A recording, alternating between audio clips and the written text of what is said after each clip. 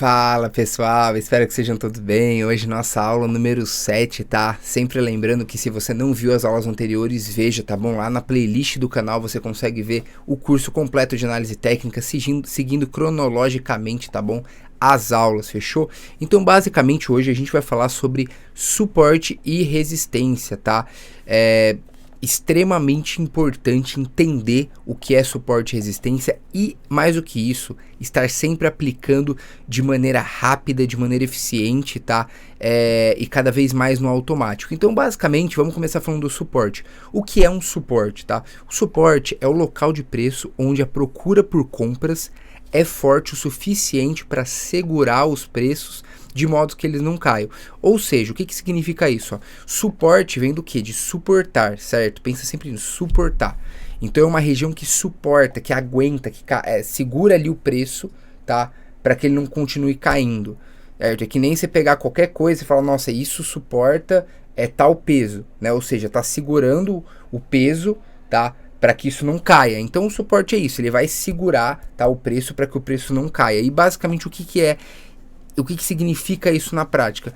São diversas ordens de compra, tá, numa mesma região, certo? Porque basicamente, para quem não sabe como funciona, existe um livro de negociações, tá? Ou seja, vamos falar, por exemplo, do Bitcoin. Tem pessoas que têm o seu Bitcoin e querem vender, por exemplo, num preço X, tem pessoas que querem vender no preço Y.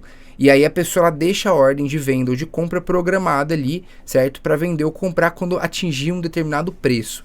Só que o que acontece? A gente tem o preço do ativo no momento e a gente tem preços acima, certo? E preços abaixo. E existe, por exemplo, vou dar um exemplo de 26 a 28 mil dólares, tá? O Bitcoin.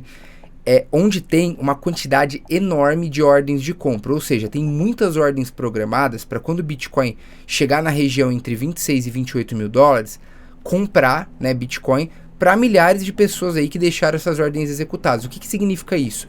Quando o preço atinge uma região que tem muitas ordens de compra, tá, geralmente, tá, o preço ele não consegue continuar caindo, ele para ali, porque as pessoas estão vendendo, só que aí entra um monte de gente comprando, opa, vai acabando a quantidade de pessoas que estão vendendo, o preço segura e ele começa a subir de novo.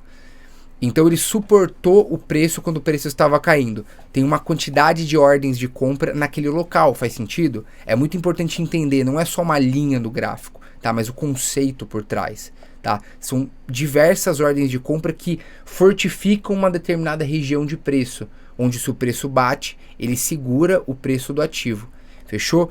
Então, quando o preço ele está próximo ao suporte, ele tende a ficar mais barato, né? Porque em tese, quando ele chega perto dessa região, certo? Ele tende a subir novamente, então você vai estar pegando ali uma oportunidade, você vai estar pegando um ativo barato, certo? E é comum quando o preço se aproxima de um suporte. Então, por exemplo, a gente sabe que tem um suporte entre 26 e 28 mil dólares e você comprou a 29 mil dólares.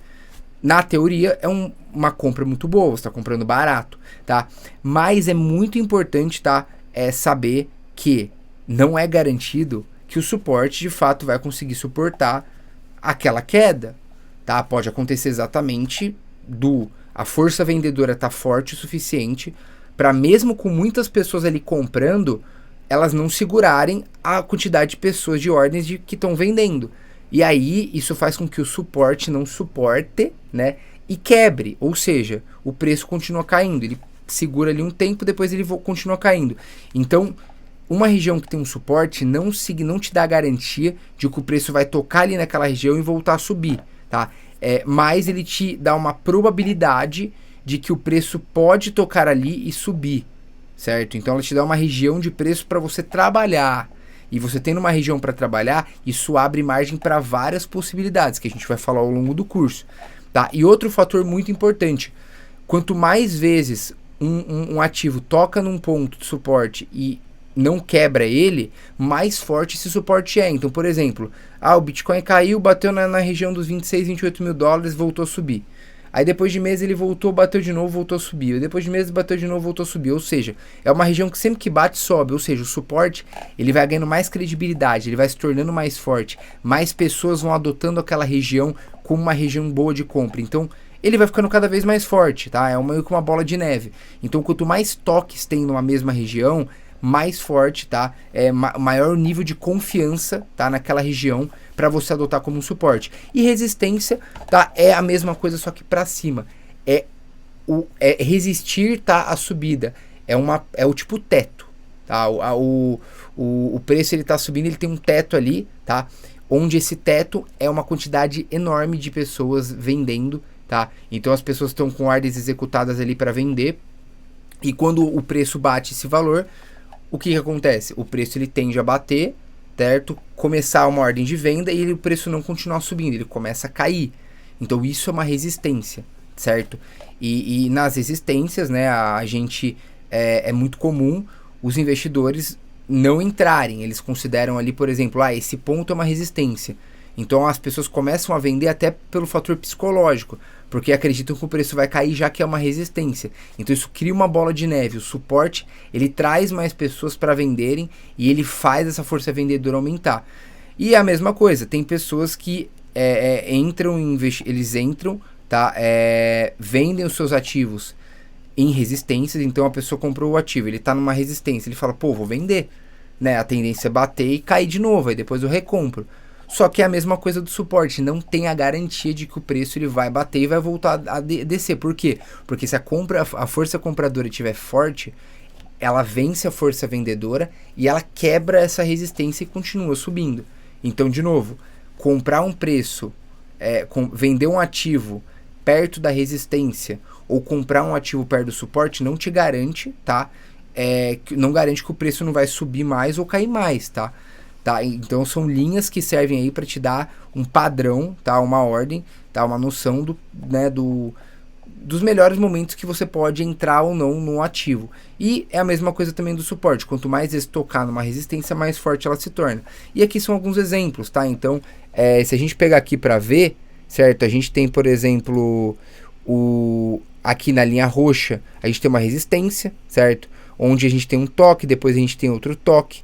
Aí a gente tem um suporte aqui embaixo, certo? Que é onde o preço bate, ele não consegue continuar caindo, certo? Aí depois subiu, né, e rompeu o suporte, tá vendo?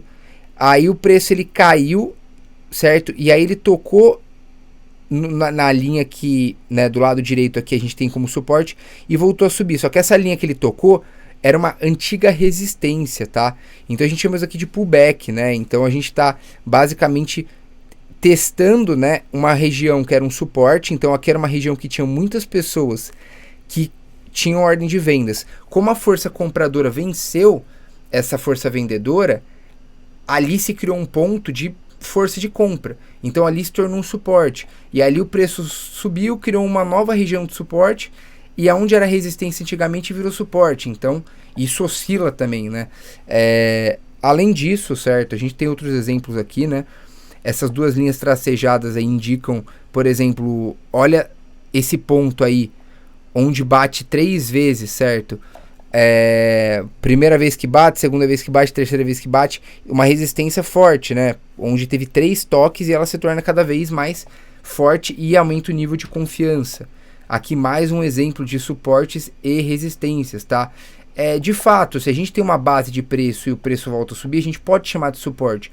Mas, de novo, suportes que tem mais toques, tá? Eles tendem a ter um nível de confiança maior. Uma vez que o ativo ele deu somente um toque, a gente pode adotar como um suporte, mas a gente não tem a mesma confiança. É legal a gente ter pelo menos um segundo toque na mesma região para ter um nível maior de confiança com resistência, certo? Ou como suporte, tá? Mais alguns exemplos para vocês verem de suporte e resistência, certo? E a conclusão que a gente tem, né? Suportes e resistências são essenciais. Você precisa visualizar suporte e resistência no automático de maneira natural. O que significa isso? Com o tempo vocês vão ficando melhores, tá? Vocês vão se familiarizando com gráficos e vocês tendem a ver, por exemplo, um gráfico em 1 segundo, no automático, vocês já enxergarem suporte e resistência. É que nem falar inglês. Ou que nem falar qualquer língua, né? A maioria das pessoas primeiro traduz para depois pensa e traduz e depois fala. As pessoas que são mais fluentes, que são mais profissionais, elas não traduzem, elas já respondem no automático, certo? Então é mais ou menos essa ideia. Você tem a parada no automático, você bate o olho, já sai no automático que é suporte e resistência. Se você está numa tendência de alta ou de baixa, tudo que foi falado até agora é identificado assim em segundos, tá? Que é a base para você começar uma análise, fechou? Então é extremamente importante ter essa visualização. E para treinar, tá? Eu recomendo vocês escolham aí 10 gráficos, tá? Pelo TradingView de qualquer ativo e fica lá identificando suporte e resistência. Faz esse treinamento para você intensificar, tá? O nível de conhecimento e absorção dessa aula de hoje, fechou? Então é isso, pessoal. Espero que tenham gostado da aula de hoje. Qualquer dúvida, deixe nos comentários, tá bom? E é isso. Até a próxima aula. Tamo junto. Valeu!